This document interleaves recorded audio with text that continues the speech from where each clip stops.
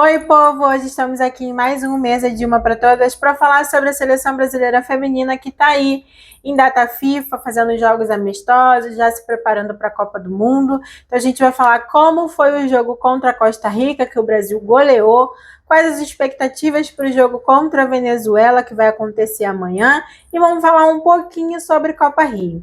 Então, nesse momento, eu já vou pedir para você se inscrever, curtir, comentar, compartilhar o vídeo. Se tiver a opção de hypar, deixa seu hype para o YouTube entender que esse conteúdo é relevante, porque a gente está construindo uma comunidade aqui para a gente conversar, dialogar, falar, apontar, fofocar, observar a seleção. Não só a seleção, como todos os jogos dos times femininos e a gente potencializar cada vez mais a modalidade, beleza? Como eu falei, a seleção brasileira goleou a Costa Rica 5-2 no placar.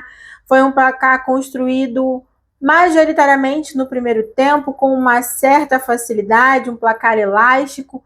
O Brasil fez um jogo adiantando muito as suas linhas, né? Adiantando muito a marcação, fazendo aquela marcação-pressão, numa tentativa de aproveitar a fragilidade da linha defensiva da Costa Rica, só que esse modelo de jogo também expôs uma fragilidade nossa.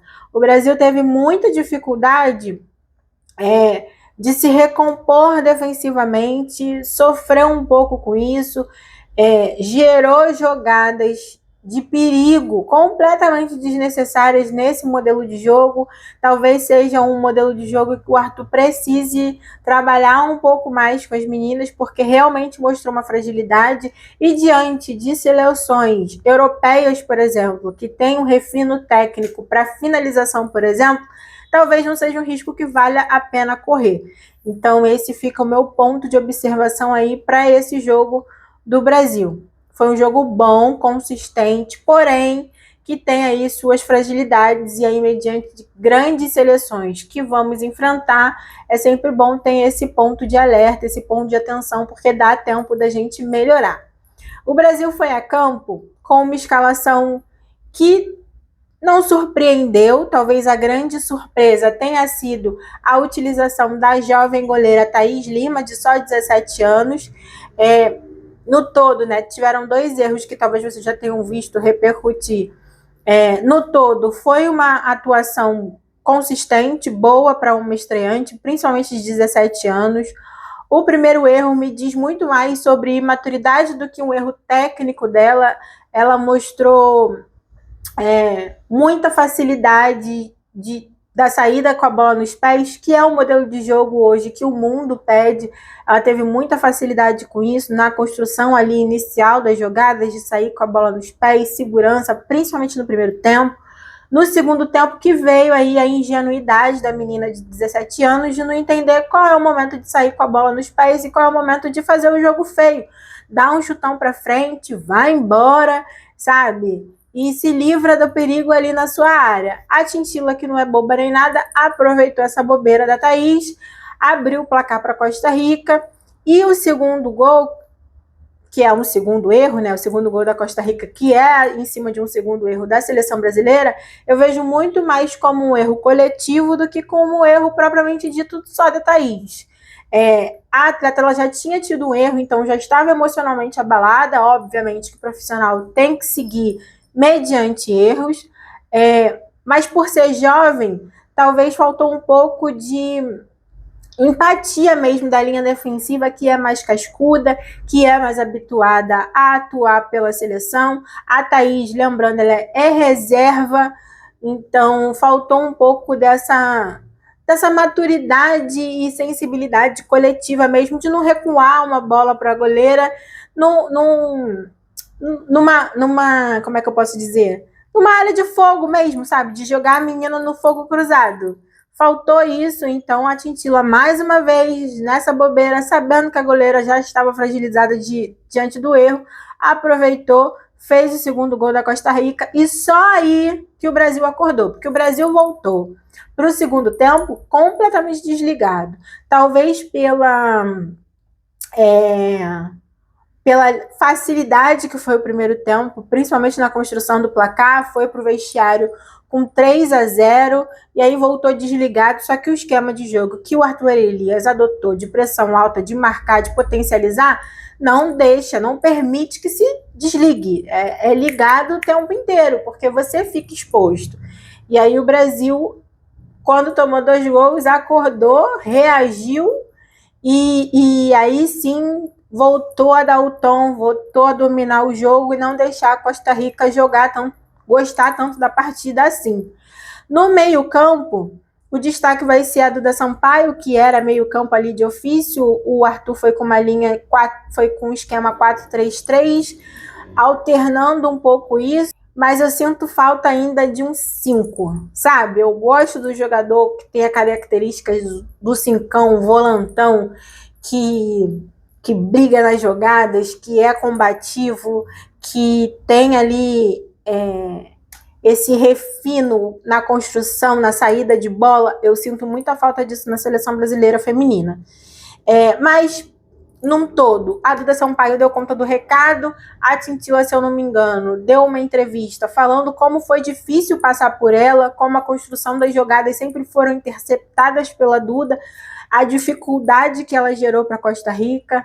A Caroline, sendo a Caroline, deixou dela, né, artilheira lá fora, deixou o dela muito atuante ali pelo lado esquerdo, combativa, participante. Mas eu acredito que o grande nome dessa partida e que deixou o Arthur Elias com uma pulguinha atrás da orelha foi a Tainá Maranhão. Deu gosto de ver essa menina jogar na seleção brasileira. Ela aproveitou a sua convocação, ela disse a que veio, mostrou habilidade, mostrou competência no 1 contra 1. Muitas vezes o Brasil enfrenta seleções que se fecham no meio campo, perde um pouco a criatividade, e ela mostrou que é destemida, aguerrida, vai para cima mesmo no 1 contra 1, ganha jogadas. E aí nessa partida contra a Costa Rica, ela deu assistência, ela fez gol, ela sofreu pênalti. Deu muito gosto de ver a Tainá Maranhão jogar, e eu acredito que o Arthur Elias ficou feliz com o resultado que ela apresentou e com uma pulguinha aí de que merece um espaço nessa seleção. O elenco brasileiro já teve uma baixa durante a partida. A lateral Bruninha se machucou. Até então não era nada grave, mas hoje a CBF confirmou, depois de exames de imagem e avaliação, que a Bruninha teve uma lesão no bíceps femoral na coxa direita. Então ela vai desfalcar a seleção brasileira aí para os próximos jogos, entendendo que o Arthur Elias vai mesclar esse time, mas é um desfalque, não vai poder contar com ela. Ela vai seguir com a seleção lá no México, fazendo os exames, se tratando, melhorando a condição física dela, mas não vai poder participar mais.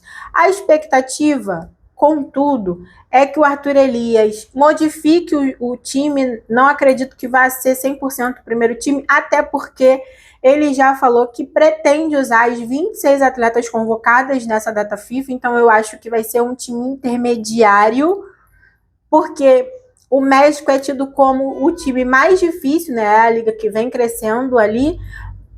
Então, dessa data FIFA é tido como o time mais difícil nesse momento, mas a Venezuela não deu vida fácil para o Brasil na Copa América, lembrando. Então, não vai ser um jogo fácil. Eu entendo que vai ser um time ali que ele vai montar de forma intermediária. Ele gosta do esquema de 3 zagueiras, então pode ser que nesse jogo a gente veja essa formação, que a gente veja esse esquema em campo e literalmente um rodízio dessas atletas que foram convocadas. Para esse jogo contra a Venezuela, o que se espera é que ele tenha conseguido ter tempo hábil para trabalhar as fragilidades que a gente identificou ali na primeira partida contra a Costa Rica, né? Que são nas jogadas de transição e na recomposição defensiva. Vamos conferir. O jogo é amanhã, às 18h30. Amanhã, dia 4, às 18h30. Brasil e Venezuela. Ainda falando sobre seleção, só que agora sub-20, as meninas conquistaram o 11º título do Sul-Americano e garantiu vaga para o Mundial. Além do Brasil, as seleções que conquistaram essa vaga foram Equador, Argentina e Colômbia.